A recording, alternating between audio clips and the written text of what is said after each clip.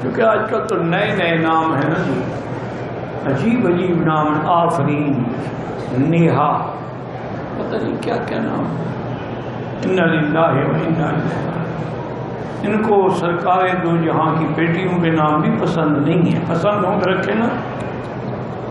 سرکار کی ازواج مطہرات جو امہات المومنین ہیں، جن کا قرآن نے ذکر کیا، ان کے نام بھی پسند نہیں ہیں، صحابیات کے نام بھی پسند نہیں ہیں۔ یہ نئے نئے نام ڈھونڈیں گے کہ ایسا کوئی نام ہو۔ میں نے پہلے بھی آپ بتایا تھا، ایک آدمی نے مجھے، کئی پرانی بات ہے، حج کے موقع پہ بڑا تنگ کیا، جی میرا لڑکا پیدا ہوا ہے، مجھے ایسا نام بتائیں کہ پوری دنیا میں ایسا نام کسی کا نہ ہو۔ میں نے کہا یار کوئی نام رکھ لو بس۔ کہا نہیں حضرت مہربانی کریں، آپ کو اللہ نے اتنا علم دیا ہے، ایک نام بھی نہیں بتا سکتے، لیکن نام ایسا ہو جو دنیا میں کسی نے نہ رکھا ہو۔ میں نے کہا پھر ابلیس رکھ لو۔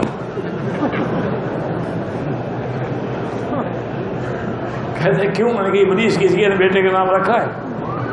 تمہارا بیٹا نرالا ہی ہوگا نا جس کا نام ایسا کسی نے رکھا ہی نہیں۔ پھر بیچارہ اللہ والا ناراض ہو گیا، ویسے ہی چلا گیا۔ تو یہ ایک غلط رواج ہے۔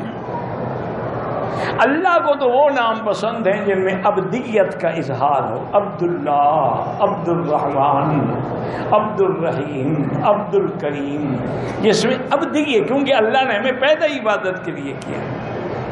اور جتنے صحابہ کے نام ہیں ان کے اندر بھی ویسے یاد رکھیں کہ عرب کے اندر بھی یہ رواج تھا کہ مردوں کے نام ایسے رکھتے تھے جس سے دشمن پہ روب پڑے، عورتوں کے نام ایسے رکھتے تھے جس میں خوبصورتی جھلکی ہو۔ وردہ ہے، یعنی گلاب کا پھول ہے، ریحانہ ہے، جیسے ببری کی بوٹی ہوتی ہے خوشبو والی، اور مردوں کے نام کہ اسد ہے، فہد ہے، یعنی شیر ہے، تاکہ دشمن پر روب پڑے۔ یہ عرب کا ایک رواج تھا۔ ویڈیو کے نیچے سبسکرائب کے بٹن پہ کلک کریں، بیل کے آئیکن پہ کلک کیجئے تاکہ ہر نئی ویڈیو کی نوٹیفیکیشن آپ کو مل جائے۔